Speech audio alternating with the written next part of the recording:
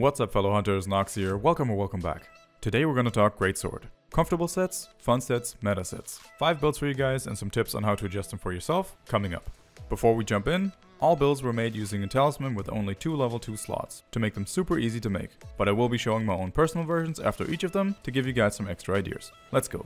We're gonna start off with one of my favorites, the Exterminator. A high damage build with some extra style sprinkled on top. Our weapon of choice here, the final version of the Rampage Greatsword. We customized the Rampage slots with Sharpness Type 1, Non-Elemental Boost, and Affinity Surge. This gives us 210 attack, decent amount of White Sharpness with Handicraft level 2, and 20% Affinity. We get a nice flat damage boost from Attack Boost level 4, a high crit chance on weak spots thanks to our Affinity skills, super comfortable Speed Sharpening level 3 to get our White Sharpness back extra fast, and all builds come with at least 2 levels of Focus for faster charge attacks, as well as 1 level of Flinch Free so we don't get tripped by our teammates. We also get 2 extra levels of stun resistance, which is always great to have. And my favorite thing about this build, we can make the Rampage Greatsword look like whatever Greatsword we want. My version uses a weakness exploit talisman that allows me to max out focus as well as stun resistance for some added comfort.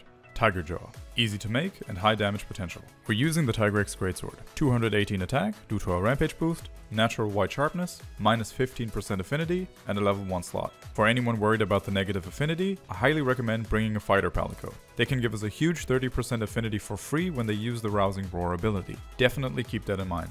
As usual, Tigrex weapon builds don't need very much explaining. It's raw power and lots of it. We crank up the affinity as high as possible to offset the negative on the weapon, and then go for our base damage increasing skills. We also get full speed sharpening and stun resistance, which makes this really comfortable. For my version, I maxed out critical eye and added affinity sliding. The skill might seem quirky, but it adds 30% affinity for 30 seconds after sliding, which isn't bad at all, and a pretty cool bonus. Next up, the Avalanche.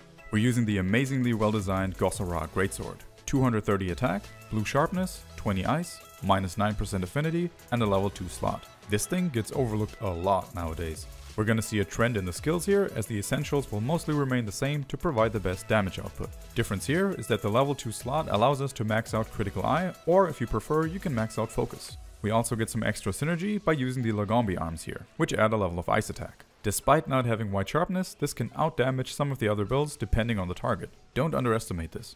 Bringing a Fighter Palico is recommended here as well. For my version, I added the extra level of focus and went for some more ice attack to min-max DPS. True Vengeance. A lot of you probably seen this one coming. A build using the full Valstrax set and the Naga Greatsword. Our weapon has 188 attack due to the Rampage boost, natural White Sharpness, a huge 35 affinity, and a level 2 slot.